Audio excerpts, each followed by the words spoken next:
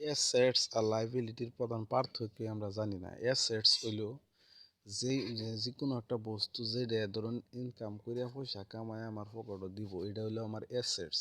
আর liability হইলো যে বস্তুর উপর আমার সবসময় খরচ হবো, এখান থেকে পয়সা আইতো না, আমার পকেটে টাকা ঢুকতো না, পকেট থেকে বাইরে যাবো। আমি উদাহরণ বুঝাইতেছি, ধরুন একটা বাইকই আছে আমার, ঠিক আছে, এটাতে কোনো ইনকাম করি নেই, নেহানা ঘুরি, তেল খরচ করি, সারাদিন কি করি, তেল ভরাইতেছি, খরচ করাইতেছি, নষ্ট হইতেছে, ঠিক করতেছি, ঠিক আছে। এই বাইকটা আমার পকেট থেকে বাইক কিনে নিতেছে, এটা হলো আমার লাইবিলিটি, মানে আমার পকেট থেকে বাইরে যেতেছে, এই বাইকের দ্বারা আমার পকেটে টাকা ঢুকে না।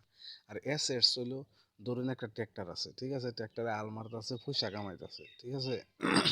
তো এই ট্র্যাক্টরে কামাই আমার পকেটে টাকা দিতেছে, এটা হলো আমার অ্যাসেটস। সিম্পল ভাষা অ্যাসেটস হলো যেইটা নিজে ইনকাম করে আমার পকেটে টাকা দিব, এটা আমার অ্যাসেটস।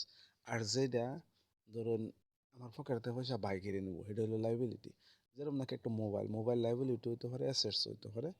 যদি মোবাইলটা দিয়ে আমি রিচার্জ করাইতেছি, ভিডিও সিডিও দেখতেছি, কোনো ইনকাম হয় না মোবাইলটা আমার, এটা আমার লাইবিলিটি, কারণ আমার পকেটে টাকা বাই কিনে নিতেছে। আর যদি এই মোবাইল দিয়ে কিংবা ইউটিউব চ্যানেল বানায় বা যে কোনো কাম করি আমার ইনকাম হয়, তাহলে এটা আমার কি হবো, অ্যাসেটস হইব, ঠিক আছে। আমার পকেটে টাকা ঢুকাবো, পকেটে নিত না, এটা আমার অ্যাসেটস। তো যে কোনো বস্তু অ্যাসেট হইতে পারে, লাইবিলিটি হইতে পারে, কেডা কি হিসাবে ব্যবহার করে, ঠিক আছে। আমরা সবসময় বেশিতে বেশি অ্যাসেটস কিনবার চেষ্টা করুন লাগে, অ্যাসেট মানে রাখবার চেষ্টা করুন লাগে, লাইবিলিটি কমানোর চেষ্টা করুন লাগে।